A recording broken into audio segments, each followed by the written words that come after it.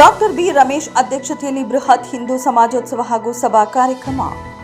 ದಾಸನಪುರ ಹೋಬಳಿ ವಿರಾಟ್ ಹಿಂದೂ ಸಮಾಜೋತ್ಸವ ಹಾಗೂ ಶೋಭಾಯಾತ್ರೆ ಹುಸ್ಕೂರು ಗ್ರಾಮ ಪಂಚಾಯಿತಿಯ ನಿಕಟಪೂರ್ವ ಅಧ್ಯಕ್ಷರಾದ ಡಾಕ್ಟರ್ ಬಿ ರಮೇಶ್ ಅವರ ಅಧ್ಯಕ್ಷತೆಯಲ್ಲಿ ಅದ್ದೂರಿಯಾಗಿ ನಡೆಯಿತು. ತರಕಾರಿ ಮಂಡಿಯಿಂದ ಶುರುವಾದ ಶೋಭಾಯಾತ್ರೆಯು ಹೊನ್ನಸಂದ್ರ ಕ್ರಾಸ್ವರೆಗೂ ನಡೆಯಿತು. ಶೋಭಾಯಾತ್ರೆಯಲ್ಲಿ ಮಹಿಳೆಯರು ಕಳಸಗಳನ್ನ ಹೊತ್ತು ಸಾಗಿದರೆ, ಯುವಕರು ತಮಟೆ ವಾದ್ಯಗಳ ವೀರಗಾಸೆ ನೃತ್ಯಗಳೊಂದಿಗೆ ಹೆಜ್ಜೆಗಳನ್ನು ಹಾಕಿದರು.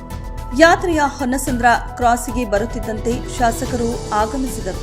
ಶಾಸಕರಿಗೆ ಅದ್ದೂರಿಯಾಗಿ ಸಿಡಿಮದ್ದು ಸಿಡಿಸಿ ಬರಮಾಡಿಕೊಳ್ಳಲಾಯಿತು. ಯಾತ್ರೆಯೊಂದಿಗೆ ಹೆಜ್ಜೆ ಹಾಕಿದ ಶಾಸಕರು ತಮಟೆಗಳ ಸದ್ದಿಗೆ ನೃತ್ಯ ಮಾಡಿದರು. ಶಾಸಕರಿಗೆ ಡಾಕ್ಟರ್ ಬಿ ರಮೇಶ್ ಅವರು ಸಾಥ್ ನೀಡಿದರು.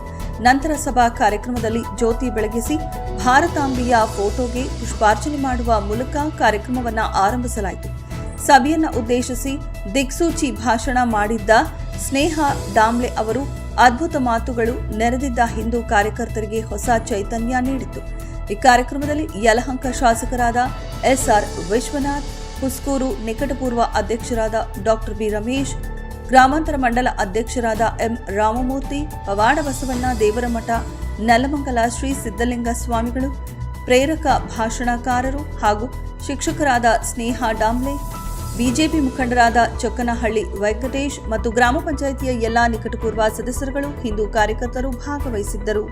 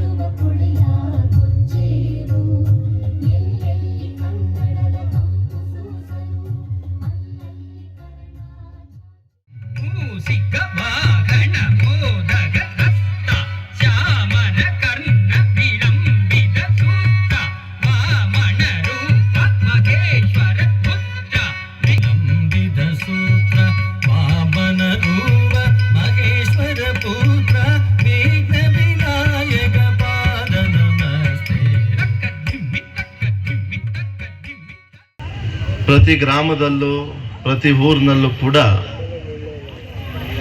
RSSನ ಶತಮಾನೋತ್ಸವದ ಅಂಗವಾಗಿ ಎಲ್ಲರಲ್ಲೂ ಕೂಡ ಜಾಗೃತಿ ಮೂಡಿಸ್ತಕ್ಕಂಥ ಕಾರ್ಯಕ್ರಮ, ಸಮಾಜೋತ್ಸವ ಕಾರ್ಯಕ್ರಮವನ್ನು ಆಚರಣೆ ಮಾಡ್ತಾ ಇರತಕ್ಕಂಥದ್ದು ಅತ್ಯಂತ ಸಂತೋಷವಾಗಿರ್ತಕ್ಕಂಥದ್ದು. ಕಾರಣ, ಜಾಗೃತರಾಗಬೇಕು ಅಂತಂತಂದ್ರೆ ಯಾವುದಾದ್ರೂ ಒಂದು ನೆಪ ಅಂತಕ್ಕಂಥದ್ದು ನಮಗೆ ಬೇಕು. ಆ ನೆಪ ಅಂತಕ್ಕಂಥದ್ದಿಲ್ಲ ಅಂತಂತಂದ್ರೆ ನಾವು ಯಾವತ್ತೂ ಕೂಡ ಜಾಗೃತರಾಗಕ್ಕೆ ಸಾಧ್ಯ ಆಗಲ್ಲ. ನೋಡಿ, ಕಾರಣ ಏನಪ್ಪ ಅಂತಂತಂದ್ರೆ ನಾವೆಲ್ಲ ಪ್ರತಿ ವರ್ಷನೂ ಕೂಡ ಊರುಗಳಲ್ಲಿ ಜಾತ್ರೆ ಮಾಡ್ತೀವಿ. ಆ ಜಾತ್ರೆ ಅಂತಕ್ಕಂಥದ್ದು ಬರ್ತೈತೆ ಅಂತಿದ ತಕ್ಷಣ ನಮಗೆ ಸಂಭ್ರಮ ಸಡಗರ ಅಂತಕ್ಕಂಥದ್ದು ನಮಗೆ ಮನೆಯಲ್ಲಿ ಮತ್ತು ಮನದಲ್ಲಿ ನಮಗೆಲ್ಲ ಬಹಳ ಆ ಸಮಯ ದಿನ ಅಂತಕ್ಕಂಥದ್ದು ನಾವು ಅಚ್ಚೊತ್ತನ್ನು ಹಾಕೊಂಡಿರ್ತೀವಿ. ಯಾಕೆ ಅಂತಂತಂದರೆ ನಮ್ಮೂರ ಹಬ್ಬ ನಾವೆಲ್ಲರ ಸಂಭ್ರಮದಿಂದ ಆಚರಣೆ ಮಾಡಬೇಕು, ಆ ದೇವಿಯನ್ನು, ಆ ದೇವರನ್ನು ಆಶೀರ್ವಾದವನ್ನು ಪಡೆಯೋಣ ಅಂತಕ್ಕಂಥ ದೃಷ್ಟಿಯಿಂದ. ಅದೇ ರೀತಿ ನಾವೆಲ್ಲ ಆಗಿರೋದ್ರಿಂದ ನಾವೆಲ್ಲ ಜಾಗೃತಾ ವ್ಯವಸ್ಥೆಗೆ ಬರಬೇಕು ಅಂತಕ್ಕಂಥ ದೃಷ್ಟಿಯಿಂದ ನಾವೆಲ್ಲ ಯಾವಾಗ ಜಾಗೃತರಾಗ್ತೀವಪ್ಪ ಅಂತಂತಂದರೆ, ಪಕ್ಕದ ಮನೆಯವ್ರಿಗೆ ಕಷ್ಟ ಬಂದಾಗ ನಾವು ಜಾಗೃತರಾಗಲ್ಲ, ನಮ್ಮನೆಗೆ ಬಂದಾಗ ಮಾತ್ರ, ನಾವು ಕಷ್ಟ ಬಂದಾಗ ಮಾತ್ರ ನಾವೆಲ್ಲ ಜಾಗೃತರಾಗ್ತಕ್ಕಂಥ ಮಾನಸಿಕತೆ ಇರ್ತಕ್ಕಂಥದ್ದು. ಈ ಮಾನಸಿಕತೆಯನ್ನು ದೂರ ಮಾಡಬೇಕು ಅಂತಕ್ಕಂಥ ದೃಷ್ಟಿಯಿಂದ ಹಿಂದೂ ಅಂತಂತಂದರೆ ನಾವೆಲ್ಲ ಒಂದು, ನಾವೆಲ್ಲ ಮುಂದು ಅಂತಕ್ಕಂಥದ್ದಾಗಬೇಕು. ನಾವು ಹಿಂದೂ ಅಂತಂತಂದರೆ ನಾವಾಗೆಲ್ಲ ಹಿಂದೂ ಅಂತಕ್ಕಂಥ ಹಿಂದಕ್ಕೆ ಹೋಗೋದಾಗಬಾರ್ದು.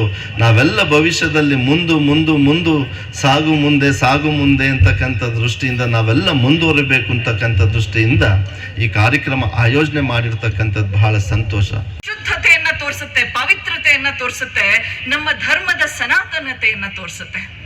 ಹೀಗಾಗಿ ಅದನ್ನ ನೋಡಿದಾಗ ಅದು ತ್ಯಾಗದ ಪ್ರತೀಕ ಅಂತ ಅನ್ಸುತ್ತೆ. ತ್ಯಾಗವನ್ನ, ಸೇವೆಯನ್ನ ಮುಖ್ಯವಾಗಿ ಇಟ್ಕೊಂಡಂತ ಸಮಾಜ ಅದು ಮಾತ್ರ ಬದುಕೋದಕ್ಕೆ ಸಾಧ್ಯ. ಇನ್ನೊಬ್ಬರನ್ನ ಕೊಂದು ಬದುಕುವಂತ ಸಮಾಜ, ಆ ಒಂದು ಧರ್ಮ ಬದುಕೋದಕ್ಕೆ ಸಾಧ್ಯವಾಗೋದಿಲ್ಲ ಅನ್ನುವಂಥದ್ದಕ್ಕೆ ಮುಖ್ಯವಾದಂತಹ ಒಂದು ಉದಾಹರಣೆನೆ ನಾವು ಮಾಡ್ತಾ ಇರುವಂತ ಸಮಾಜೋತ್ಸವ. ನಮ್ಮ ಜಗತ್ತಿನಲ್ಲಿ ನಾವು ಇತಿಹಾಸದ ಪುಟಗಳನ್ನ ಒಮ್ಮೆ ತಿರುಗುತ್ತಾ ಹೋದ್ರೆ ಎಷ್ಟೆಲ್ಲ ನಾಗರಿಕತೆಗಳು ಬಂದು ಹೋದ್ವು.